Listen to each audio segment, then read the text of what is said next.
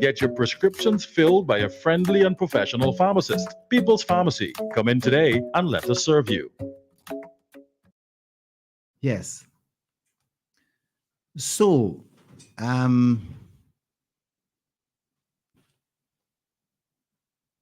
have talked right now about 8 of the senses. I mentioned to you about, started from the top, vision. The vision, being able to see. I talked about hearing, being able to understand sound and appreciate sound. Then I talked about smell, the ability to smell food, flowers, all those sort of things, very important. And then taste, and then touch. You should know that during COVID and today, there's still a number of people who would have lost their sense of taste and smell. And even up to today, there are literally tens of thousands of people who have not recovered in that regard. What that could be like, not being able to taste and not being able to smell. Not be food, having food. You can't smell the roast pork and you can't taste that roast pork. That must be tough. You know what I mean? That's horrible. Or a rose or lavender. You can't smell that. Oh my gosh, that's horrible. Well, a lot of people who don't have that. And you will be hearing us talk about how diabetes, how sugar affects some of those things too. Taste and vision and touch. And then I went on and I spoke to you about some other senses, what I call starting off 2 hidden senses. A sense of balance in your head and a sense of and that sense of balance in your head is more movement, making you keep your balance with any movement. And then there's balance that comes from your knees and your ankles when you stand up. When you stand up, you don't want to stand up and you fall back down. You know what I mean? Who wants to stand up and fall back down? At the same time, who wants to, as soon as you moving or turn your head, somebody say hello, you turn your head. You can't stop, your head can't stop spinning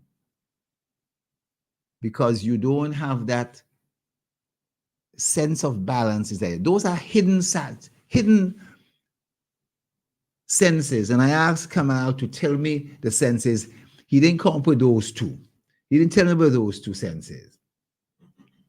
And then I just pointed out to you some senses that come in terms of an internal organ. And I mentioned things like, well, let me go through some of them.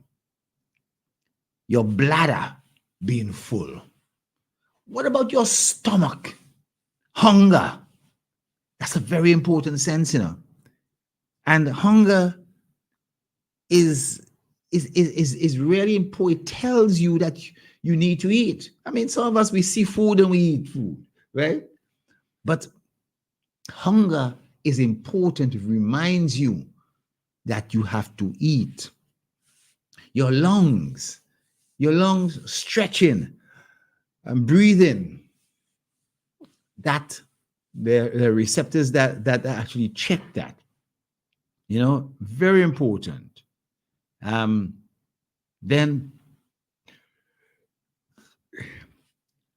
I want to also talk about your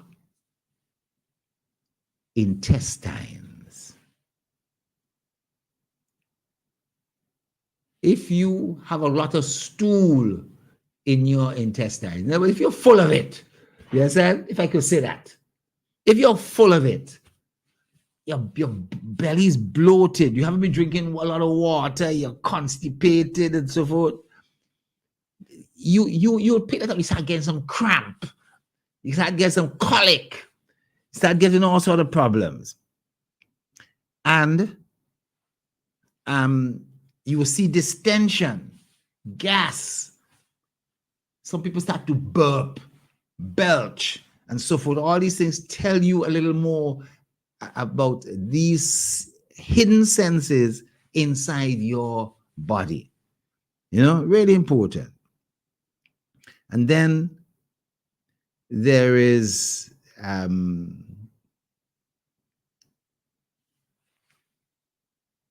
number of other small areas I'm not going to get into, but I'm giving you a picture in relation to these hidden senses that you may not have thought about, the internal senses.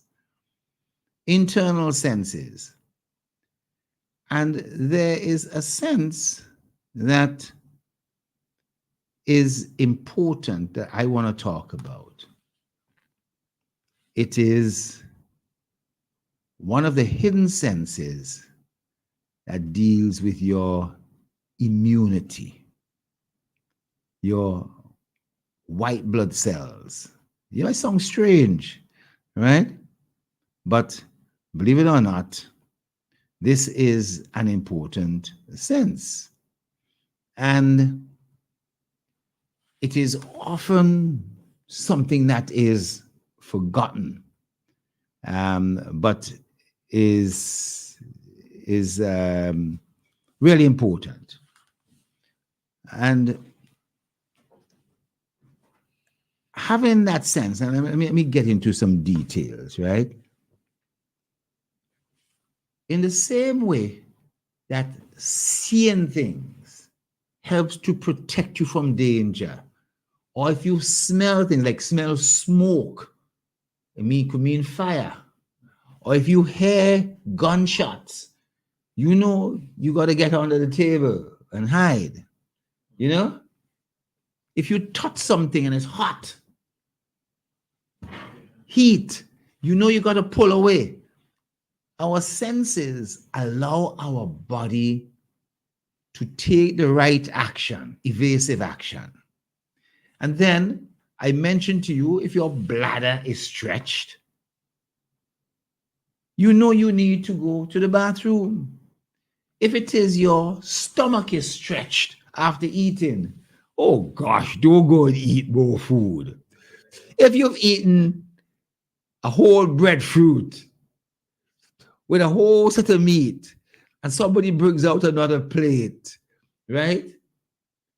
Don't go and eat it straight away because your stomach is already stretched. And if you're constipated, I could just go through a whole set of these things, these internal hidden senses. But I want to touch on this ninth sense. The sense that helps to protect the individual, from external and internal challenges. And this special ninth sense is your immune system. Your immune system. And your immune system is able, as soon as a bacteria tries to get in, suppose you have a scratch, and the next morning you notice it's red, and an infection pus seem to be developing there. Boy, your immune system will be at work trying to get rid of it. If your toes, the blood supply to your toes just isn't right because of diabetes or other things, you stepped on a nail, infections can get in. Your immune system has to be able to protect you to stop that infection from traveling far and wide. And I have always viewed, People have said, what is the most important sense? Some people say it's the eyes. Some people say it's the ears. Some people say it is taste or it's touch. Some people will go even to some of the internal senses, especially if they're falling down a lot, and so they say, boys, balance. Balance is the most important sense. But I've always said the thing that protects us the most is the immune system that senses germs and bacteria. I would never like to lose my sight. Kamal, what do you think is your most important sense? Huh? All of them. But yes, all of them. But what do you think you could live without? Well, it's a hard decision to make. Do you know diabetics? Some diabetics have to live without all 9. Because the diabetes, and in subsequent programs, I'm going to explain to you how diabetes affects the vision, how it may affect hearing and smell. For sure, it will affect taste. For sure, it will affect touch. One of the ways that diabetes affects many people, I was telling you about what goes on in your joints, your ankles and your knees. Boy, those sensory receptors, diabetes knocks them out too. But you know what diabetes tends to knock out a lot? Your immune system, the 9th sense, immune system. And the immune system in diabetes can get really slow and lazy. What that means is that you're diabetic and you step on a piece of stone, not a nail, a stone. And the stone is inside the shoe. And you can't even feel it. And the stone as you walk is boring a hole in your feet. And because some of us don't inspect our feet in the right way, when we do, we see an ulcer there. When diabetes also affects the toes, fungus could develop in between the toes, especially if the toes have remained wet, or the nail can become riddled with fungus. And these things start to travel. The germs could start getting to the veins and start to travel up your body. And there's no doubt that all these senses, there's the concept that the stitch in time save 9. Diabetes is a slow disease. Sometimes, because it occurs in childhood, we call type 1 diabetes. It's rapid. It's very, very quick. But most people are not going to suffer during their adolescence and so because of diabetes. But they're going to enjoy life. They're going to have a happy time. But it is this happy time of excess, of abuse, of the wrong type of foods, of excess alcohol, and a whole set of things that accelerates the process of diabetes developing and starts to affect your senses.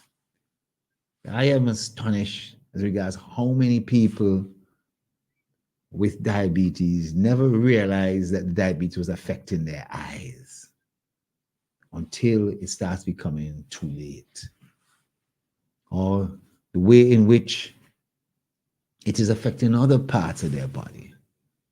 I am particularly worried because over the last 35 years, the incidence of diabetes in the Caribbean has skyrocketed. You heard me say it before, there was a study done, a report to CARICOM, heads of government in 2007, that pointed out that in Latin America and the Caribbean, talking about Canada, America, Mexico, all the way down to Brazil and Argentina, including the Caribbean, that 5 Caribbean countries had some of the highest levels of diabetes in the Caribbean. And what they were able to point out is the amount of money, economic-wise, the loss of economic value was rare. Not only the amount of people who were sick and had to stay at home, but the cost of people having to have their legs amputated, the cost of treating people with diabetes and other things like that, the cost of people having to go to clinics frequently to see the doctor, the same patients going every week, every 2 weeks. The fundamental here is that disease is very costly. Disease is very costly. And you know, you hear people say, oh, well, it's their fault. It's the patient's fault. So let them bear their grinds. But we don't believe in that philosophy. I think a lot of people just really have not had the level of health education they need to know to help them make the right choices. And that is very, very sad. And you know, it's something that we have. We haven't had any questions. I'm surprised, you know. And we have a few things there, right? Is that from before? Just this one. This one, okay. Good night to you, Doc. Grenada is in the house, listening to you once again. And everything is good with me. I don't suffer from the cough, bring up cold in my chest anymore when I eat and drink. Okay. I think that a person had said that before. I rectify the problem with the wisdom of God. I would like to have a number from you. Okay, we will do that. Well, I'm always giving my number out. You know, 528-6600. And I am really glad this individual has sent a message, because it hits home at what I am saying. There are parts of your body, whether it is your chest and coughing, or it is your stomach and how it is behaving, that gives you a warning sign that something may be wrong. And too many of us ignore these signs. Too many of us, we do not take heed and pay attention. Unfortunately, your bladder can't talk to you. And your stomach can't talk to you in English or French, but it can talk to you in bladder language. It can talk to you in stomach language. These organs can talk to you in a number of different ways, such that you could detect that a warning signal is being given to you so that you could start taking some action. The action may be that you go and see a doctor, or you go to the clinic and see a nurse or whatever. It should not always be that the warning sign is that you try to treat yourself all the time. Sometimes you may know the problem, and it's a very simple problem. But trying to get the problem resolved is important. And far too many persons are ignoring it. Out there today, there may be a lady who is having problems with a breast. And what's really taking place is that there may be a lump there, or some other problem, an abscess or something. But she may choose to ignore it because she doesn't want to bother anybody. She doesn't want to tell anybody it's private. She doesn't want no doctor, male or female, to feel her up. She's embarrassed. I've seen circumstances where there's a cancer in the breast that is eating away through the skin. And there's pus coming out, and the person has that stuffed with tissue paper because they don't want anybody to know. You know? It is an important thing, and I think in the program this evening, I'm not getting into so much the treatment of diabetes and so on. I am trying to point out to you that these precious organs that we have, our eyes, our ears, our nose, our ability to taste, and our fingers to touch, and then our joints and our balance center inside the last part of our ears, then our immune system and our internal organ. All these things are very critical and part of making our body work, keeping us going.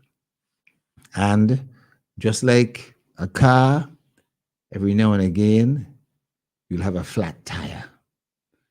Every now and again, it may seem you're going to run out of gas. Every now and again, the car runs into a massive pothole. You know, you're wondering what's really happening. The thing is that it's important that you take action early and not to leave it too late. And taking action is going to be a critical component of being able to address and solve these particular problems. I'll say, Kamal, let's say we don't have any questions this evening. And I am surprised because, somebody had approached me and asked me about the sense of taste. I said, well, they'd heard me before, and I said, well, I didn't want to repeat that, but I'm going to talk about the other senses. And they indicated that they might have called to, but they haven't. But it's all right, But for those of you, vision, smell, taste, hearing, and touch are our external senses, and are predominantly the senses we learn about in school.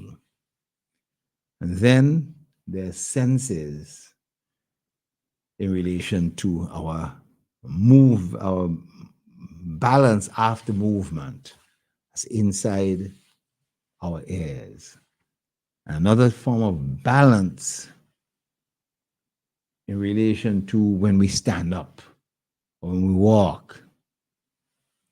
And then there is these internal organs that, if stretched, give us an idea that something may be off, maybe wrong, whether it's the bladder being stretched and you want to urinate, or the stomach being stretched from overeating, or the lungs being stretched from having breathing problems, or the intestines. All these things are really critical. Dr. Thompson, I just want to say that it's rather very interesting that I would say that, I mean, I went to school and I did biology. Yes. And I can't recall, it's been a very long time. Yeah. I can't recall if these other, like a balance immune system, they were referred to as internal senses, Yeah. right? So it's quite interesting to know.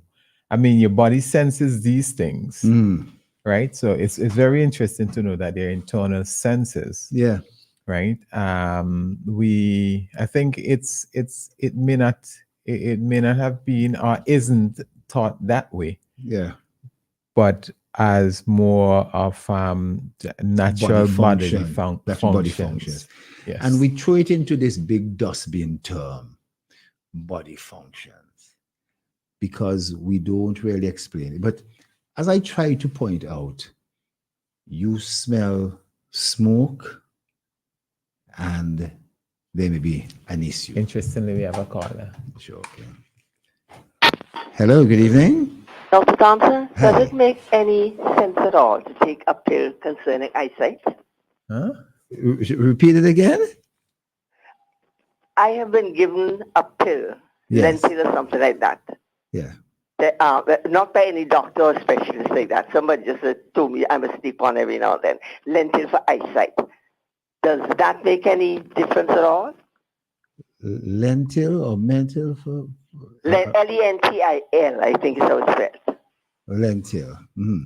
I'm curious as to what it is. That could mean a Hello, I'm number not of- hearing you very well. Yeah, that could mean a number of things. I know different things with lentil. I'm not sure of that particular brand, right? Oh, And would have loved to have known what the name, the real name is. But that's what's on the bottle. do you take a? Is it in a tablet or is it like a gel or what? A tiny more capsule like than a tablet. Not hard. You could see it has like moisture in somewhere inside of it. What color is it? Brown, dark. Yes. I think it has a darkish reddish brown. Yes. I tell you. Not to worry, Dr. Thompson. I find myself with some, you see, and I keep every time I see one, I take it out, I put it back in because I say I don't know what is the use of this. Yes, but you are inclined to use it. You are thinking. I would like to know if I could use it. Yes, and you haven't Googled it. You haven't checked it No. out. You haven't. All right, I'll do that.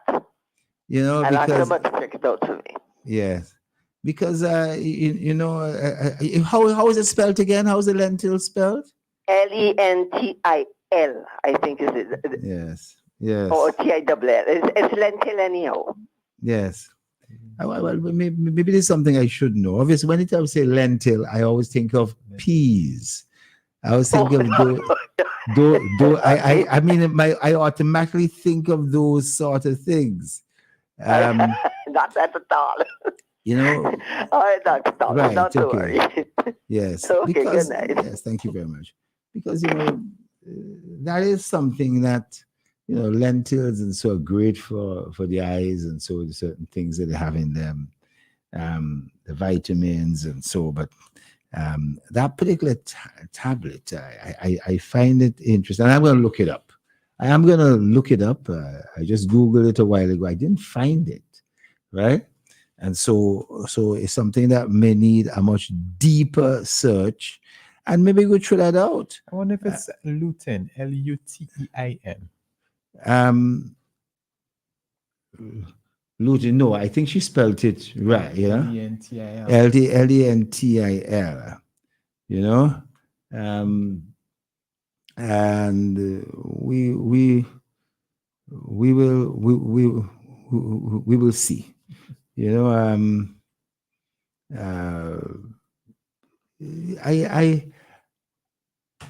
I think that the world has gotten smaller in the sense that there are things that are made in many different parts of the world today.